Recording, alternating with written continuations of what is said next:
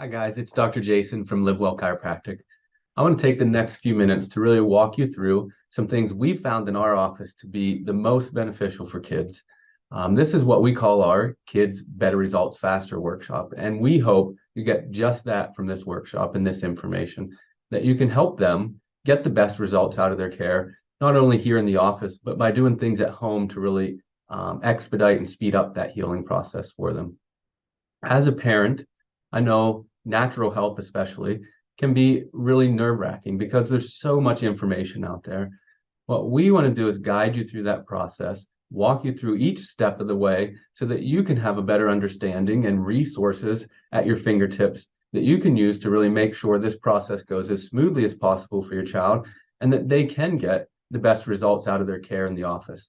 So, first of all, I want to thank you for trusting your child's health with us and also taking the first step and bringing them in and starting the process so far.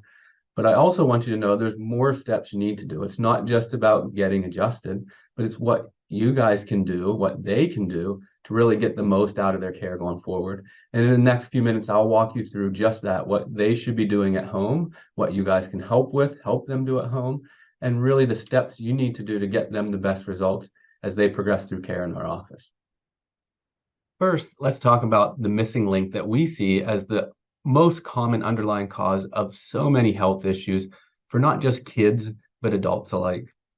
And that's the nervous system. When you go to the doctor, how many times have they said, let's check out your child's nervous system? Probably not yet. And this might be the first time you're hearing of this, but your nervous system controls so much about how your body functions and works and heals, whether it's things like your immune system or your digestive system, or even things like headaches and neck and back pain. All of those things are controlled by your nervous system. And if the nervous system isn't working the way it's supposed to, then those systems can't function, can't work, can't heal the way they're supposed to. One of the most common things I see is people say, oh, my child will grow out of it, or the pediatrician said they'll grow out of it. Kids don't just grow out of health issues, they grow into health issues.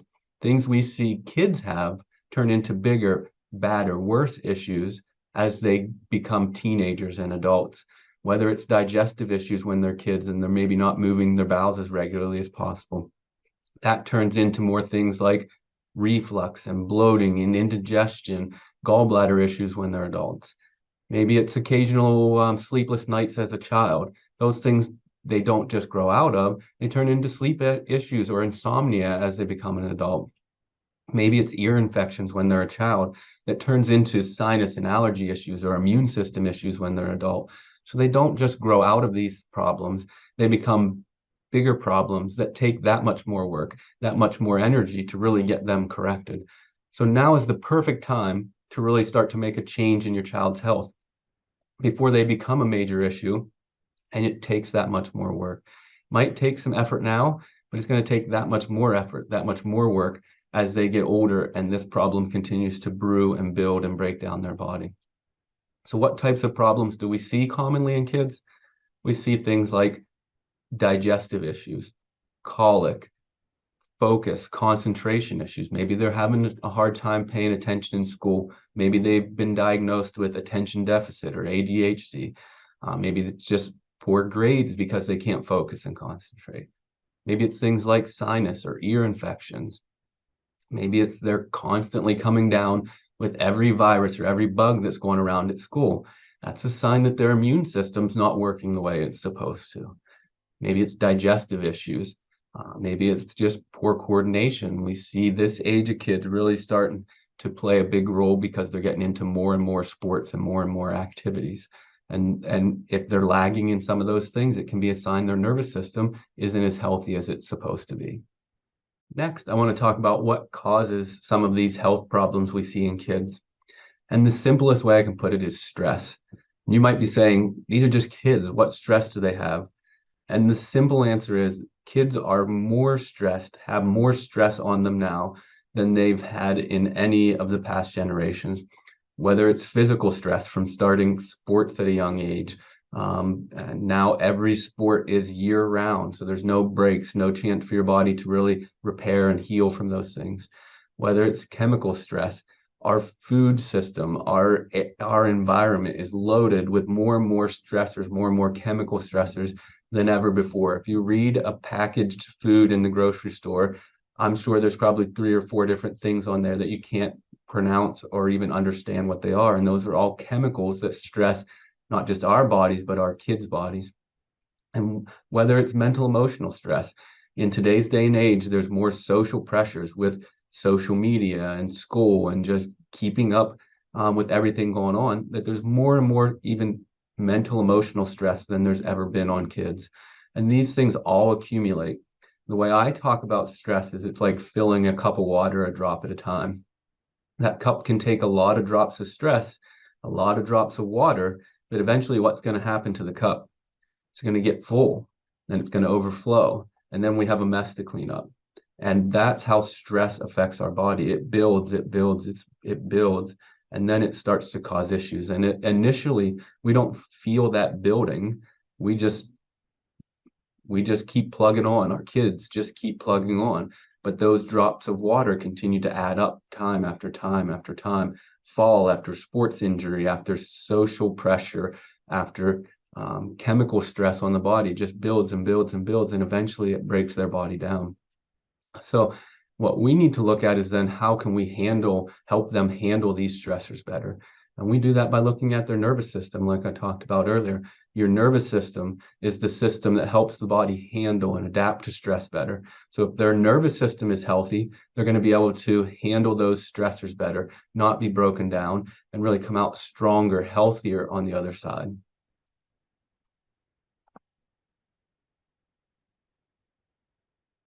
Next, let's talk about how we know if your child has subluxation or stress or damage on their nervous system. The most common answer I hear from people is I know if they have that because they have symptoms. And let me tell you, symptoms are probably the worst way to tell if your child has stress or damage or subluxation on their nervous system. Because if you wait until they have symptoms, usually it's been building, brewing in their body for a long time. The way we tell in the office is through our computerized nervous system scans. We do nervous system scans because they measure your child's nervous system to show us specifically where there's subluxation that could be impacting the nervous system and what areas those nerves control. So we know what we need to do to really correct that, how much subluxation and damage has been done. So we know how long it's going to take to really correct those issues. And then we can really see exactly the program we need to put together to make sure they get the best results as quick as possible. So now that we know that your child has subluxation and you've taken that first step and they've gotten scanned and started this process, next question might be, well, now what do I do? If you're listening to this video, you've probably already started the process of getting them adjusted. But if you haven't, that's the next step, starting to get them adjusted to clear that subluxation so that their nervous system can really function and work the way it's supposed to. Not just when they're having symptoms, but getting them adjusted on a regular basis to keep up with those stressors. We talked about it earlier in this video, but that stress accumulates and builds on their body, and children and kids are under more and more stress than they've ever been. So it's important, even when they're not having symptoms, to keep up with regular adjustments so that we can keep their nervous systems healthy and well. That way they can continue to grow and develop and hit those milestones the way they're supposed to, the way they can play sports and be active and do the things they want to. That way they can focus in school and get good grades and be the best student possible. That way they can behave and have that proper level of stress so that they're not agitated and irritated all the time. So it's important to keep up with those regular adjustments to keep their nervous systems healthy and well as they're presented with more and more stress. The next thing I want to talk about is what you and your child can do for their own health. We already talked about adjustments in the nervous system, and the first part of this is getting them adjusted. And that's a really critical step of this. But there's so much more that you guys can do outside of just getting adjusted that really plays a dramatic role in your child's health. And one of those big things is nutrition. Just like adults, what we feed our body, what we feed our kids' body, our body becomes. You've probably heard the saying, you are what you eat. And there's so much truth to that. what we put into our body turns into cells and parts of our body to really feed and fuel our body so that our body can run and work and heal like it's supposed to. And if we're putting junk into our body's not going to run and work as well as it's supposed to. And I know feeding a child good, healthy things can be a real challenge because I know there's picky eaters and I know there's kids who don't like certain foods and don't want to eat certain foods. But we have to be that example. If we're not eating those types of things, then there's no way our child's going to eat those types of things. Can't force our child to do something that we as adults wouldn't do. So it's important that we lead by example in this and make sure that we are a good example of what real health and real nutritional food looks like. We can't just be eating junk on the fly and expect our kids to be eating good, nutritious sit-down meals. So it's important that we are that first example that they see, eating lots of fruits and vegetables, making sure they're getting lots of water and not fruit juices and sports drinks and those kind of things that are loaded with sugars. One of the best things you can really do is just really focus on making sure they're getting enough water. Water is so critical for health, and most people don't drink enough water because they're drinking other things like soda or fruit punch or juices that are just loaded with sugar. So water is a critical step for your child. Next thing is making sure they're getting fruits and vegetables. If we look at a kid's diet today and you look at each meal, breakfast, starting them out, most of them are eating cereal or waffles or pancakes, and there's no fruits and vegetables in that. And then you get to lunchtime and they're getting lunch at school where it's pizza or chicken nuggets or something like that, again, doesn't have a lot of fruits and vegetables with it. And then we might have a good sit down meal in the evening where we have peas or corn or something like that is somewhat of a vegetable, but it's not the most nutritious vegetable. So kids are really lacking in the amount of good dietary foods that we're putting into their body. So really feeding your child more nutritious food can make a big difference. And I know it can be tough. So that's why across the bottom, you can see some supplements that we really recommend for kids. The first one is a multivitamin, because we know no matter how healthy you eat, most of the time you're still missing some of that nutrition. So a good multivitamin can really fill that gap so that you're getting at least the base nutrients that your child needs to really help heal and repair. The next one is Ocean Kids. That's our kids' fish oil or DHA supplement. Fish oils are really good for brain. We use this a lot for kids with school age kids for focus and concentration. So we see it a lot with that group that has attention deficit or ADHD or even autism or even just kids in general, because this supplement comes from fish. So if kids aren't eating fish on a regular basis, they need to supplement somewhere that source. So this is a great source to supplement with to really get those good healthy fats that the brain needs to really restore that. The other one you can see there is vitamin D. Vitamin D is so critical for immune system. So if it is a child that's really struggling with illness in school, and it seems like every week they're coming home with a new sickness or illness that they're picking up at school, vitamin D can be critical for that. The other thing, vitamin D is really great with energy, helps with sleep. We get a lot of vitamin D from sunshine, but in winter months, we don't get enough of that. So it's really critical to supplement with those types of things. So these are some great starting points for nutrition.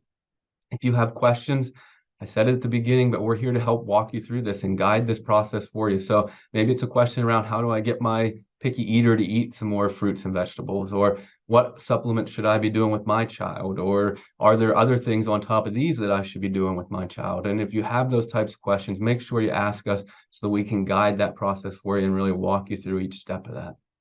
The next critical thing I want to talk to you about with your child's health is sleep. More and more kids are getting less and less sleep. With busier schedules, more practices, more activities, more extracurricular activities, kids aren't getting the proper amount of sleep for their bodies to really heal and repair and work the way they're supposed to. Sleep is such a critical thing for your body's healing process to happen. Most kids need in the 9 to 10 hour range of sleep. And if they're not getting that, their body's not going to heal and repair. They're not going to have energy to function throughout the day. So it's really important. that we really focus on making sure kids are getting that proper amount of sleep.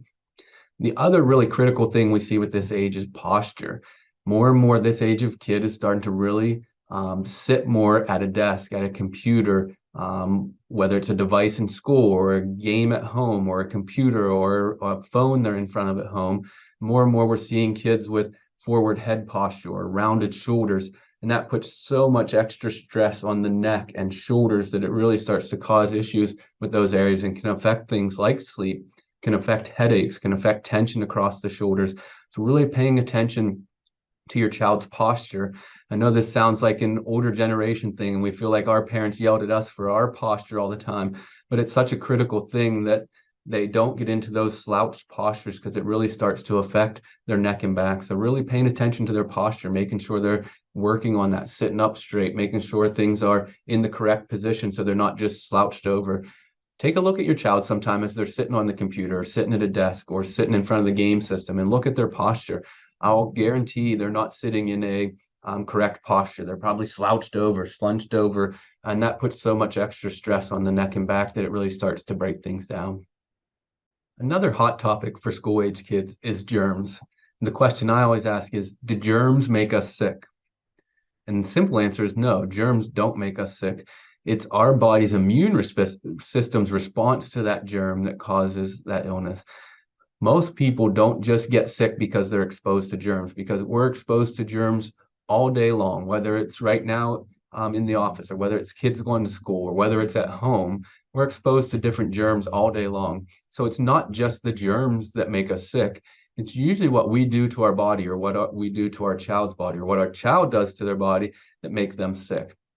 There's a bunch of things that really can decrease your child's immune system. Sugar is one of those key things. If they're eating too much sugar, sugar stops your immune system in its tracks. So sugar is not going to allow your immune system to function like it's supposed to.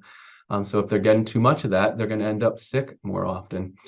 Something we talked about earlier in this presentation was vitamin D. If they don't have enough vitamin D is critical for your child's immune system, for our immune systems to really function like they're supposed to. Another thing we just talked about that's critical for your immune system is sleep. If they're not getting enough sleep, sleep is really going to shut down their immune system because their body can't repair and heal like it's supposed to. And another big one, which we talked about earlier on, was stress. Stress plays such a big role in an immune response. If our bodies are stressed, if our child's bodies are stressed, our immune system can't function like it's supposed to. So it's so critical that we keep our child's nervous system healthy and clear of stress to allow their immune systems to really function like it's supposed to. We see so many antibacterial soaps and lotions and sprays, and are those a good thing? And again, the simple answer is no. Our child's need to be presented with germs and bacteria so their immune system can learn to fight those off. So if we're constantly creating this sterile environment, our child's immune system never gets a chance to learn and really grow and get stronger by being presented with those viruses. If our child's immune system is healthy and strong, it's going to be presented with those things, fight them off, and you'll never know they had a cold or an illness or anything going on because their body will get rid of that on its own. A couple of things you can do to really strengthen the immune system. We talked about it earlier with sleep, making sure stress is down. Regular adjustments. Studies show immune systems improve by over 200% with regular adjustments. So making sure you keep them adjusted so their nervous system's healthy and working well. We also have some specific immune boosting supplements in the office that kids can take. Other than just the vitamin D, there's some other ones that are really important. So if you have questions around those, make sure you ask us and we can guide you through that. I use them with my kids on a regular basis so that they can stay healthy, stay in school all the time. I know they don't like that, but I like that they're going to school. So if you have questions around that, make sure you reach out and ask us. We'll guide that process so your kids are taking the right thing to stay healthy, keep their immune system strong too. The next hot topic I want to talk about is vaccines. There's so much misconception, misunderstanding around vaccines. So I want to dig into a topic that can be really controversial, and I know there's lots of information around this, and you can find lots of information online. But I want to give some personal perspective on vaccines, especially for school age kids. You see, so much out there that kids have to be vaccinated to attend school, or it's the law that kids have to be vaccinated to attend school. And that's partially true. It's the law, but there are exemptions to that. And I will be the first to tell you that none of my three kids have been vaccinated, and all currently are or will attend public school without vaccination. So it's not that they have to have them. There's exemptions to that. And if you feel strongly against those, I think it's important you take that stand and stand against that. Now, if it's something you believe the other way and you say they should be vaccinated, that's your choice as well too. And I think everybody should have that choice. I don't think anyone should be forced into something that they don't feel comfortable with. So really research it and understand the basis behind it and why or why not you would make that decision. And I think it's important to really stand on that firm footing that you believe one way or the other to really go from there. And if you have questions, I will answer any of the questions you have, and I'll be glad to talk you through any conversation around vaccines that you have. Another big one we hear is flu vaccines, and again, should I get my child vaccinated with the flu vaccine? And again, I would say no. I don't think there's a need. If their immune system is strong and healthy and working the way it's supposed to, I don't think there's a need for them to have that vaccine. I think it's a greater risk to have the vaccine than it is to come down with the flu or let your immune system fight off the flu. So I think it's important you make those decisions and make educated decisions on that. So if you're looking for information, I can guide you to sources or information, or I can talk to you about those to really help you make the most informed decision for your child going forward so that you're making the right choice for them so that they can grow and get healthy. There's so many studies out there that reference how many more health problems vaccinated children have versus unvaccinated children, whether it is sinus and allergies or food allergies or immune system issues because of the dysregulation it causes in your immune system. Most people think it really boosts your immune system, but vaccines actually can cause some really significant dysregulation in your immune system, not allow your immune system to work the way it's supposed to. So like I said, we are here to answer any questions you have. We want to guide you through this health process. And I know it can be overwhelming when we talk about all these different things, but it's really about taking each one a step at a time. And this is an important step. So if you have questions, certainly ask us and we'll help you through that process. I know I just presented a lot of information and it can be overwhelming because it can seem like, man, where do I start this process or what's the next thing I do? And what I want you to do when you finish watching this video is choose one thing. Maybe it's you really want to focus on their sleep or their nutrition or their posture, but choose one thing and really start to make it a habit for them. I always tell people health is a journey, not a sprint. So you don't have to do all of these things all at once, but start to choose one of them, start to make it a habit, and really start to help them through this process. You've started the big part of it by coming in, getting them adjusted, and starting their nervous system on the right path. Now it's about taking that next step. What can you do outside of that to really expand their health and make sure they stay healthy as long as possible? And I've said it numerous times through this video, but we want to be here walking alongside you through this journey. We don't want you to feel like you're walking alone.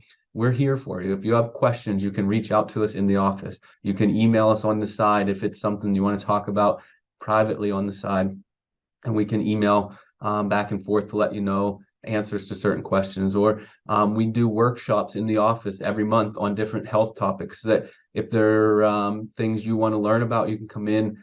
They're free workshops, so you can come in, bring friends, bring family to those and learn more about really how to keep yourself and your family and your child healthy. The other thing I always mention is if you're listening to this and your child is coming in, but you're not coming in, my question is why? It's really important for mom, for dad to be as healthy as possible to take care of their children and make sure they stay as healthy as possible.